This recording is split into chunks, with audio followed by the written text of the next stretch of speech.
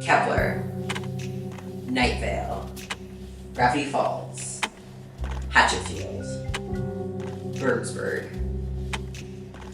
Hawkins. These strange small towns are a recurrence in television, film, books, podcasts, video games, and more. An isolated American town where strange things occur. Maybe the town's always been strange, maybe it's a new strangeness. But there's something going on beyond the front of an idyllic little town, nestled in the mountains or the forests or the desert. Within these places lie secrets, supernatural occurrences, death, and mystery.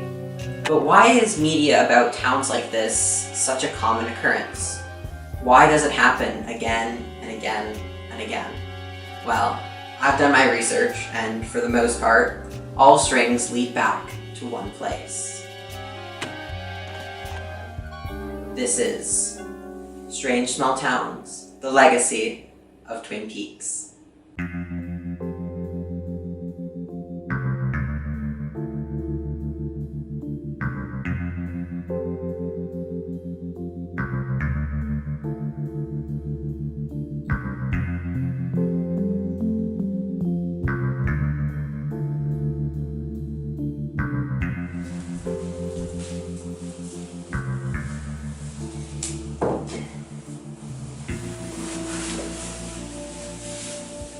Okay, so technically Twin Peaks wasn't the first small town where supernatural stuff happened.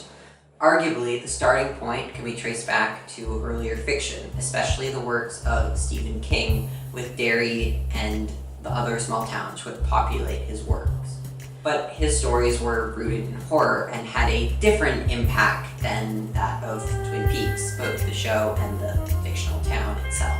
In this video, I want to focus on Twin Peaks' influence on and aid in truly formally creating the genre of supernatural small-town American drama. Though Twin Peaks' impact definitely stretches further than just that, because in media, especially in dramatic television, there is a pre-Twin Peaks and a post-Twin Peaks era. For context, Twin Peaks originally ran for 2 seasons between 1990 and 1991 on ABC, created by David Lynch, then known for movies such as Dune, Eraserhead, and The Elephant Man, and as well as Mark Frost. Twin Peaks followed a small town in the aftermath of the homecoming queen Laura Palmer's death. This show was a landmark in television because super serialized, serious drama wasn't really a thing for television at that point. In the early 90s, TV wasn't taken very seriously yet, and it's genuinely shocking watching it back in 2023 with that in mind, because it's not necessarily good by modern standards, whereas it's so bad it's almost funny. It's great in its own way, but the melodrama and acting choices are something else. It's very David Lynchian, but it's entertaining and it's fun to watch for the most part, which can't be said for some of Lynch's other works, such as Eraserhead, which I would literally rather do anything else but watch again. Twin Peaks came out with a prequel film in 1992 called Twin Peaks Fire Walk With Me, and in the subsequent years gained a cult following. It's one of those shows that everyone of a certain age has watched some of, and everyone else has at least heard of, even if they don't know much about it. It's constantly listed amongst the greatest TV shows of all time, and is a landmark turning point in television drama, considered by most. After the film, a spin-off book series was published, and finally in 2017, a 3rd season aired, bringing the show to a close, and this show was also met with critical acclaim. Now, I went into Twin Peaks with no nostalgia, and I didn't watch it when it first came out in the 90s because I wasn't alive. Watching it now in the year 2023, having watched as many shows and movies and whatnot as I have, I could see the points of inspiration which had been drawn from Twin Peaks, but there are wider ripples that it has made. The aforementioned genre, which it cemented in pop culture, which isn't so much of a genre as a string of tropes which have been repeated over and over in different genres of drama, comedy, horror, and a combination of all of them. The key components are as follows. A small, secluded, tight-knit town full of people harboring secrets. Strange or tragic happenings occur, which usually have some sort of supernatural bent, and prompt an outside government agent or agents to come investigate. This guy. Otherworldly forces exist in or around the town, putting its residents in danger, whether they know it or not. There is murder, there is mystery, and it's all intertwined with the personal lives of the characters, which usually holds an equal bearing to the supernatural forces at play.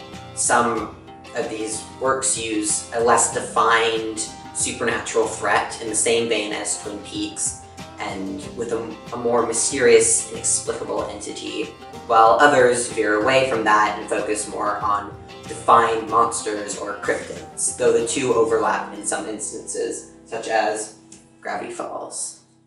More than just that, even smaller character archetypes and story beats Twin Peaks originated would go on to populate Hawkins, Gravity Falls, and many other fictional towns. Things that now seem commonplace while watching, but were new.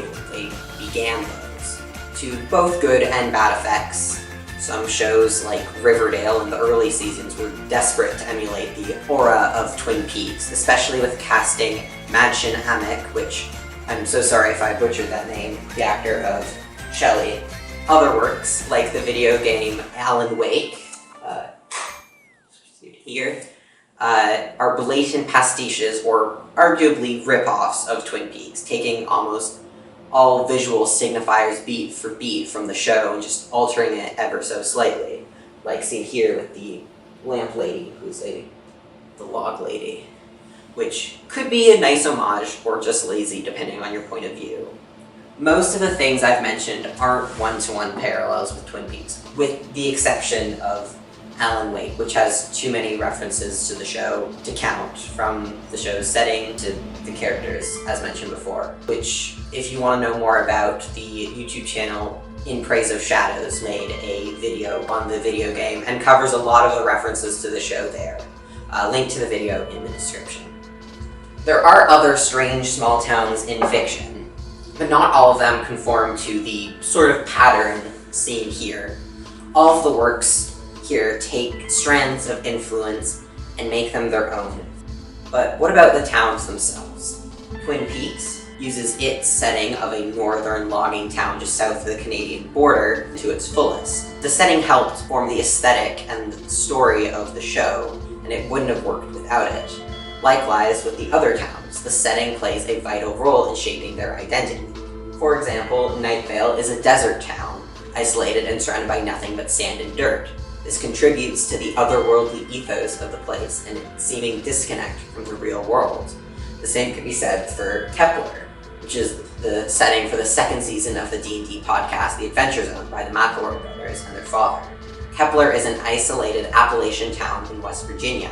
It exists in the mountains, surrounded by pines, and in a cell phone dead zone, which contributes to it being a place where cryptids would seem drawn to, as well as further isolating the town from the rest of the world and leaving it stuck in the past a bit. Isolation and clinging to yesteryear are another influence from Twin Peaks, which exists in most of these towns. Twin Peaks is seemingly stuck in the past. Even though it's set in the early 90s, which is when it was made, the aesthetics of the town seem to be further in the past, with the 50s and 60s coloring much of their way of life. Stranger Things also has this, although it kind of obfuscated a bit by just setting it in the past. A lot of stories which emulate Twin Peaks likewise either take place in the past or in some way which makes the town feel isolated and separate from the world. But aside from direct reference and homage, which when done well is good and when done poorly is not, a lot of elements here aren't necessarily purposeful, but are instead a ripple effect of the legacy of Twin Peaks, the ideas and imagery which are planted in people's mind. And what I've covered is really only the surface level impact of Twin Peaks on pulp culture, the main idea of the strange small town, the idea of corrupted Americana torn apart by interpersonal drama and supernatural or otherworldly forces, and the catalyst does tend to be someone dying or going missing, usually a child or a teenager, and the town spiraling apart after that.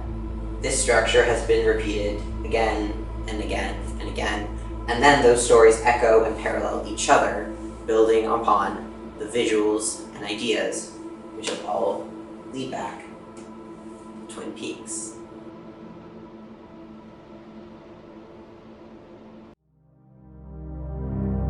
The legacy of Twin Peaks obviously spreads beyond stories which follow similar premises or settings.